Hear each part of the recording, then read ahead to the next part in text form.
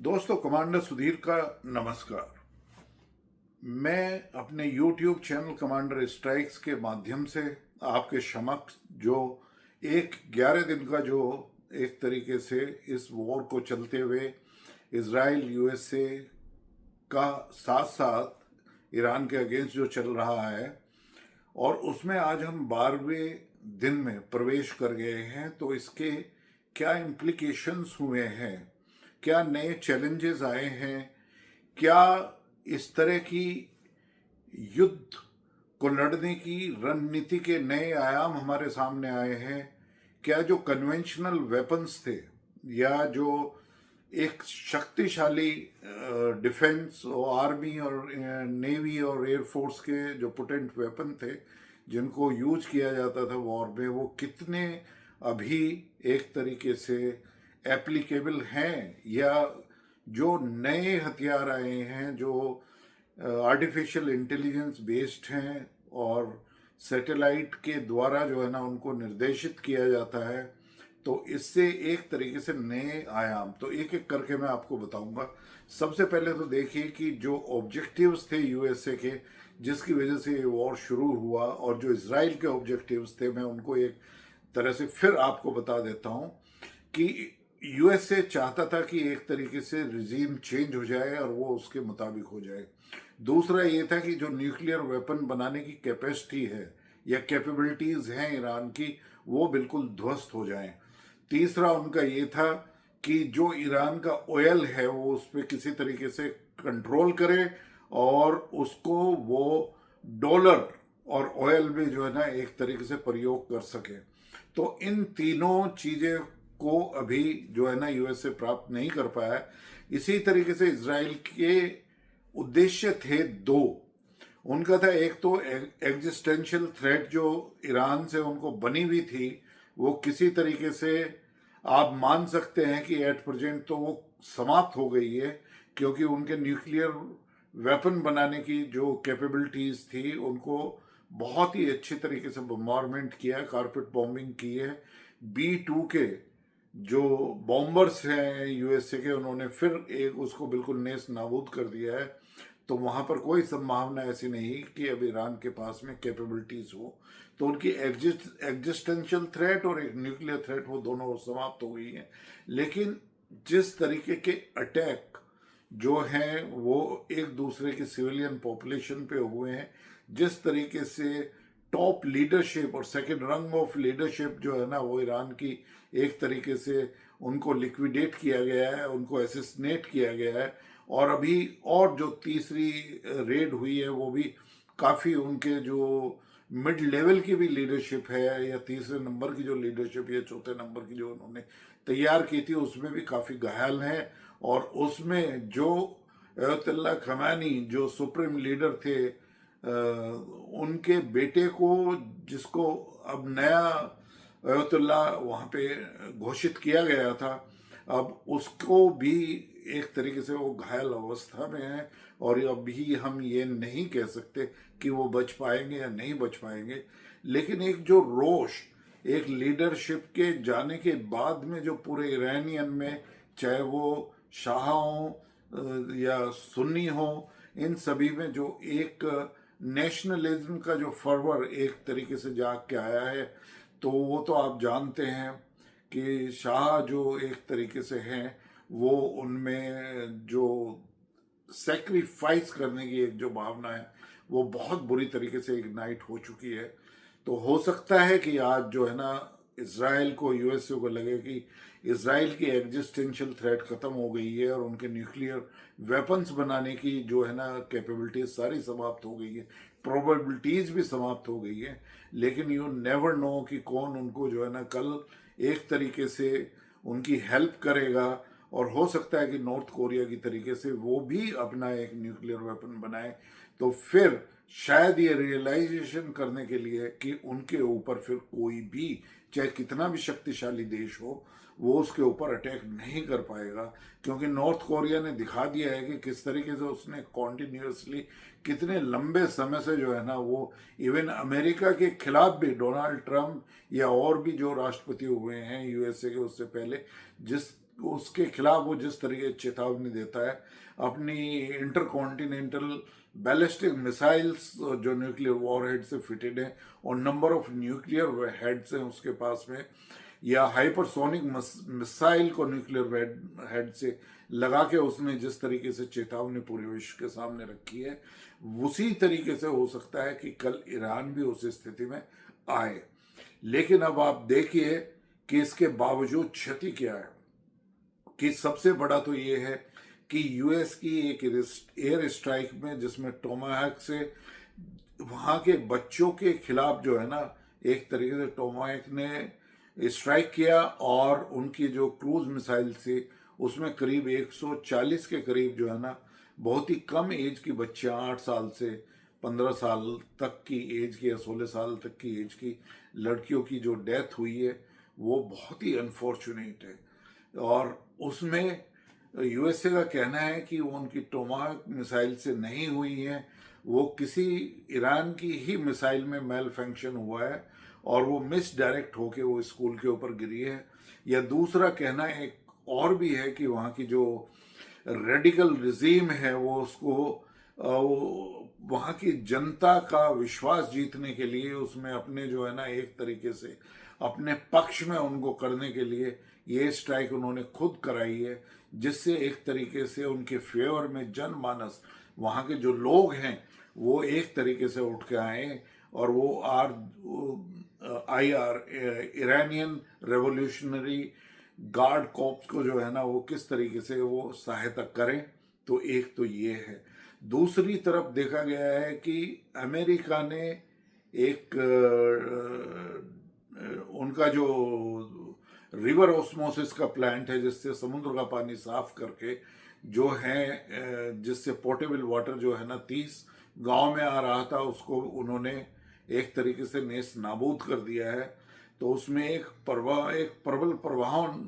जो है ना पैदा हुआ है कि शायद ईरान भी इसी तरीके से जो सारे रिवर ऑस्मोसिस प्लांट हैं मिडिल ईस्ट के बड़े बड़े सिटीज़ के वहाँ पे जो है ना, जैसे अबू धाबी है, दुबई है, दोहा है, मस्कट है, जड्डा है,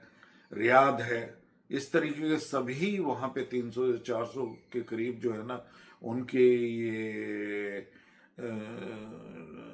जो रिवर ऑस्मोसिस के प्लांट है, जिसमें समुद्र के पानी को साफ करके पोर्टेबल किया जाता है, पीने के योग्य बनाया जाता है और शहरों को सप्लाई किया जाता है। तो किसी भी शहर के पास में 3 से 7 दिन की जो है ना वो एक कैपेसिटी नहीं है, तो उसमें काफ़ी बड़ा हो सकता है।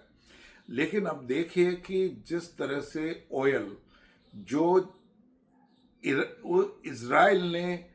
जिस तरह से ईरान के जो स्टोरेज डिपोट हैं उसके ऊपर जो अटैक किया है, उससे बहुत बड़ी संख्या में जो है ना, बहुत बड़ी मात्रा में जो क्रूड ऑयल का और वहाँ पे जो एक तरीके से गैस या जो उनके स्टोरेज साइट्स थी उसके ऊपर बम्बार्डमेंट के कितना बड़ा नुकसान हुआ है। और इसी तरीके से जो ईरान ने अटैक किए हैं सऊदी अरेबिया की अरामको के खिलाफ, या और दूसरी रिफाइनरी या यूएई की सबसे बड़ी रिफाइनरी के पर अटैक जो किया है, कतर का जो है ना उन्होंने LNG लिक्विफाइड नेचुरल गैस को प्लांट को जिस तरीके से किया, उससे पूरे साउथ एशिया की जो सप्लाई है वो भी पूरी तरह से एक तरीके से रुक गई है और उसमें इंडिया को भी जो है ना काफ़ी नुकसान उठाना पड़ रहा है। तो पूरे वर्ल्ड की एक तरीके से सप्लाई चेन जो है ना चरमरा गई है। और जब एक ऑयल की जो सप्लाई चेन है, बिकॉज स्टेट ऑफ हॉर्मुज से भी जो है ना काफ़ी कंस्ट्रेंट्स हैं।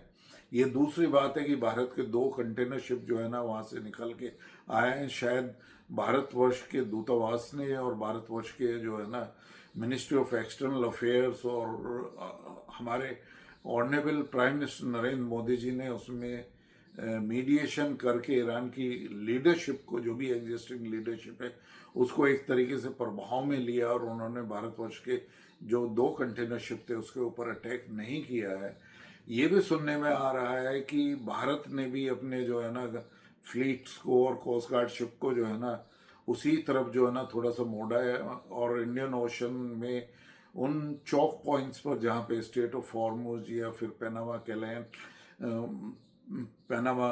कैनाल और जो दूसरे रूट्स हैं जिस पे जो है ना हुतीज़ का जो अटैक्स हुए हैं वो फिर से शुरू ना हो जाए, क्योंकि ईरान ने हिजबुल्ला, हमास और एक तरीके, लेकिन इस बार जो है ना वो हुतीज जो है ना वो अटैक नहीं कर रहे हैं, वो निष्क्रिय है। पर यू नेवर नो कि किस तरीके के अटैक जो है ना शुरू हो जाए। लेकिन जिस तरह से मिडिल ईस्ट के कंट्रीज, स्पेशली जीसीसी कंट्रीज, जो काफ़ी बड़ा जो है ना जिनका वो ऑयल का ही एक तरीके से व्यापार था, उनकी रिफाइनरीज, उनके स्टोर डिपोट को किस तरीके से नुकसान पहुंचाया है। तो इन नुकसान से जो पूरे विश्व की जो है ना सप्लाई चेन ऑयल और नेचुरल गैस की जो कंस्ट्रेंट्स हुई हैं, उससे डेफिनेटली सिर्फ फ्यूल प्राइसेस ये नहीं बढ़ रहे हैं, गैस के प्राइसेस नहीं बढ़ रहे हैं, लेकिन सारी कमोडिटी के प्राइसेस भी बढ़ने शुरू हो गए हैं। काफ़ी ऐसे फूड आइटम्स जो जगह जगह जो है ना एक तरीके से मर्चेंट नेवी सप्लाई चेन में कंस्ट्रेंट्स आने के लिए, मार्ग अवरुद्ध होने के, जगह जगह पोर्ट्स पर जो है ना वो काफ़ी सामान पड़ा हुआ है। इवन ईरान के लिए ही जो भारत के पोर्ट से सामान है वो भी करीब 500 करोड़ रुपए का एक तरीके से यहीं पे पड़ा हुआ है, उसको सप्लाई नहीं किया जा सकता। तो ये मानना पड़ेगा कि पूरे विश्व के सभी देश एक डिफरेंट डिग्री, डिफरेंट लेवल से अफेक्ट होंगे, और जिनकी अर्थव्यवस्था सुदृढ़ नहीं है वो तो बहुत बड़ा नुकसान उठाने वाले हैं। आप देखिए कि बांग्लादेश, पाकिस्तान, श्रीलंका, भूटान और म्यांमार, इन अफगानिस्तान, इनमें तो किस तरीके से ऑयल की किल्लत ऑलरेडी शुरू हो चुकी है। वहाँ पे स्कूलों की छुट्टी की जा चुकी है, गवर्नमेंट ऑफिस को सिर्फ 3 से 4 दिन के लिए फंक्शन किया जा रहा है। तो इन चीज़ों को देखते हुए त्राही त्राही मचनी शुरू हुई है। यूएसए ने इंडिकेशन दिया है कि किसी तरीके से इज्जत के साथ में हम इस युद्ध को विराम की अवस्था में ला सकें, रोक सकें, और उसमें कोई मीडिएशन करने वाला हो। तो देखते हैं क्या प्रेसिडेंट पुतिन, रशिया के प्रेसिडेंट पुतिन उसमें मध्यस्थता करें, या नरेंद्र मोदी जी, आदरणीय प्रधानमंत्री हमारे भारतवर्ष के, उसमें क्या कोई मीडिएशन कर सकते हैं, कोई ऐसा रास्ता निकाल सकते हैं। लेकिन जिस तरीके से यूएसए की इनकेपेबिलिटीज शो हुई है, मिडिल ईस्ट के कंट्रीज को, जीसीसी कंट्रीज को सिक्योरिटी नहीं प्रोवाइड कर पाई है। ये दूसरी बात है कि उनका जो अपना डिफेंस सिस्टम था उसने काफ़ी इंटरसेप्टर यूज करते हुए काफ़ी मिसाइल और ड्रोन्स जो है ना ईरान की तरफ से आते हुए उनको रोका गया है। लेकिन जिस तरीके से 30 से ज़्यादा देश जो है ना आज इस युद्ध में एक तरीके से इन्वॉल्व हो चुके हैं, तो उसके जो इम्प्लीकेशंस हैं वो बहुत ही घातक दिखाई दे रहे हैं, और इससे पूरा विश्व ही प्रभावित होगा। अब देखना होगा ये कितने दिन तक चल रहा है। लेकिन सबसे बड़ा ये है कि आज के युद्ध में ये बिल्कुल भी नहीं देखा जा रहा है कि कितने रिसोर्सेज जो ह्यूमैनिटी के प्रयोग में आने के लिए, जो डेवलपमेंट के कार्यों में प्रयोग आने वाले, जो ह्यूमैनिटी के कंजम्पशन में चीज़ें आने वाली हैं, उसमें भी या सिविलियन इंफ्रास्ट्रक्चर पे किस तरीके से जो है ना एक दूसरे की तरफ से अटैक किए जा रहे हैं। ये बहुत ही निंदनीय है, ये कंडेमनेबल है, और सभी को कंडेम करना चाहिए। और विश्व में आज हमें पता है कि हमारा यूएन ऑर्गेनाइजेशन एक तरीके से डिफंक्ट हो चुका है, उसका कोई रोल नहीं बचा है। लेकिन कोई ना कोई सिस्टम तो ऐसा इवॉल्व करना पड़ेगा जिससे विश्व का law and order situation, governance model कोई सामने आए। आज तो कोई गवर्नेंस मॉडल ही नहीं है। अमेरिका की तरफ से तो लगता है कि एक कहावत है हमारे यहाँ भारतवर्ष में, जिसकी लाठी उसी की भैंस। ये यूपी और बिहार में बहुत ही प्रचलित है। मतलब whomsoever is having the military might, he will be controlling the entire world, and USA has shown it। जिस तरीके से उन्होंने वेनेजुएला के प्रेसिडेंट को अरेस्ट कराया, जिस तरीके का वहाँ पे उन्होंने स्ट्राइक करने का जो सिस्टम लिया है, तो उसमें बहुत ही सोफिस्टिकेटेड वेपन्स का यूज हो रहा है, और बहुत ही कम कॉस्ट के जिस तरीके से ड्रोन और मिसाइल्स तो इवन ईरान की भी कॉस्टली हैं, लेकिन जिस तरीके का ड्रोन उन्होंने बनाया कम से कम कॉस्ट में और मास स्केल पे उसको खड़ा किया है, तो इतनी पिटाई होने के बाद भी, इतना बम्बार्डमेंट होने के बाद भी जो है ईरान में अभी भी जो कैपेबिलिटीज बची हुई है वो सिर्फ ड्रोन की वजह से है। तो ये एक जो नया डायमेंशन निकल कर आ रहा है पूरे विश्व में कि देखिए आपके साथ जो एयरक्राफ्ट कैरियर है, जैसे यूएस के वो एयरक्राफ्ट कैरियर कुछ ही प्रयोग में आ रहे हैं सिर्फ क्योंकि उनकी एयर सुपरमेसी तो right from the first day है। क्योंकि यदि वो वहाँ पे आरजीसी के हेडक्वार्टर्स को और अयतुल्ला खमानी के खमनई के जो है ना घर को, पैलेस को या और स्ट्रेटेजिक बिल्डिंग्स को वहाँ पे पहले ही दिन उन्होंने ध्वस्त किया है पहली ही स्ट्राइक में। तो इसमें मानना पड़ेगा कि अभी जो हैं उसके बावजूद भी जिस तरीके से ईरान ने अपना रिटेलिएशन दिखाया है, अपनी एक सस्टेनेबिलिटी दिखाई है, तो इसमें मतलब है कि जो न्यू इरा वेपन्स जो आ रहे हैं, जिस तरीके से एक तो इंटरसेप्टर वो लो कॉस्ट में, सुनने में आया रहा है कि अब जो है ना यूएसए ने अपनी एक